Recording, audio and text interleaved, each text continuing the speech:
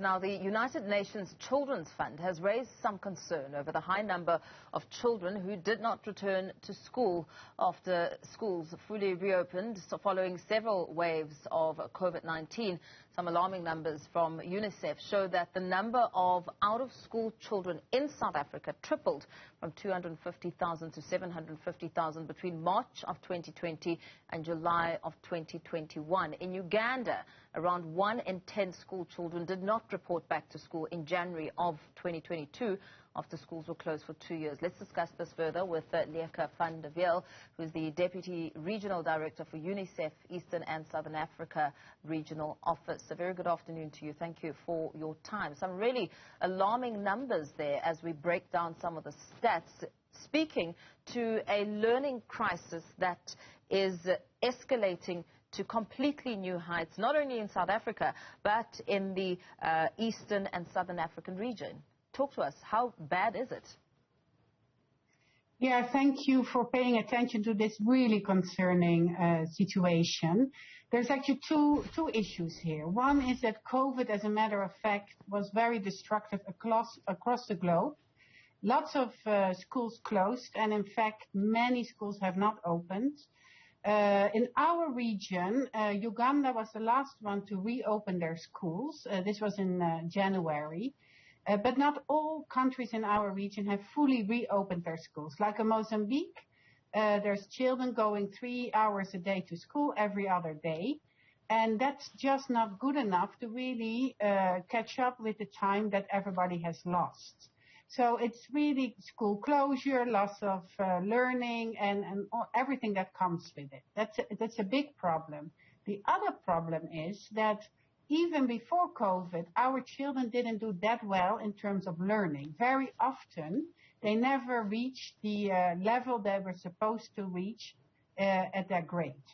So reading, numeracy, these things were always quite hard to reach at a grade level. And now we see that after COVID, logically, of course, those kids have fallen back even worse. So we're talking about 70% of the children, 10-year-olds in our region. They can't read a simple sentence, and they find it very hard to recognize letters in a way that they should.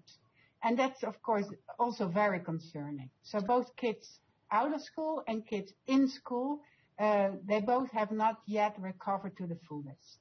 And as we explore the focus of the survey, perhaps assessing the age groups and, looking at which group has mostly been affected. I mean, you speak about the big problem that has been ongoing even before COVID, the literacy and reading to understand, as well as numeracy issues that were already a challenge to the education system. What are we looking at in terms of the breakdown on who has been affected here? Yeah, so they are all affected, as a matter of fact, and there's a different way of breaking it down. So if we look at ages, the younger kids, the younger grade 1, grade 2, they really need a lot of reiteration. When they start learning how to read and write and count, you constantly need to rehearse it with them. If not, they forget for good reasons. And so what we see is that children currently in grade 3 have not got that reiteration, so they actually went backwards. They could not recognize letters. They started from scratch, basically. So these kids have suffered that they went backwards, and we need to accelerate where we can. The bigger kids, it's a different story. So they already had that foundation from numeracy, literacy. But of course, they had the knowledge. They didn't have the social learning, which is very important, especially adolescents, the peer learning. And they had also, they lost their protective environment. So what we see is that especially adolescents and older kids are not returning to school because for them, the interest is gone. They have alternative ways of spending their day, maybe informal education, maybe informal work, but still, they have not finished their proper secondary education. So we have to find ways to still reach them and make sure that they continue their learning and achieve some of those certificates that they need to go back into society with. So the issues are quite different according to age. The other way of categorizing is, for example, urban and rural. we saw, and that is also not a surprise, that urban kids tend to be much more connected. So if there were to be, at the last 2 years, some kind of learning online, TV, maybe radio, those children in the urban setting had much more exposure, while in the rural setting, kids were out of school, and that was almost the end of a story. No books inside, they didn't have much internet connectivity. So they had a total disconnection. And the urban versus rural, really, we see a big gap there. Connectivity, of course. The disabled children have also not been able to go back to school, and because often they need more support, more one-on-one teaching, more support to get into school. Sometimes people or the schools didn't open because disabled children sometimes need different type of interaction, and they felt it was not yet safe to do so. So also again, children that were already quite vulnerable, like the disabled children, they see even more of a setback. Mm-hmm. So across the different categories, you really see different pictures, but none of them is very positive. And what are some of the solutions here? Because, the report further expands on some of the contributing factors, speaking to children who may have less of a supportive home environment from poorer households, and perhaps the parental involvement of the children's families also being some of the reasons why they may not have returned to school. Yeah, correct. And so there is a whole range of interventions that we have to think of, and the governments need to explore.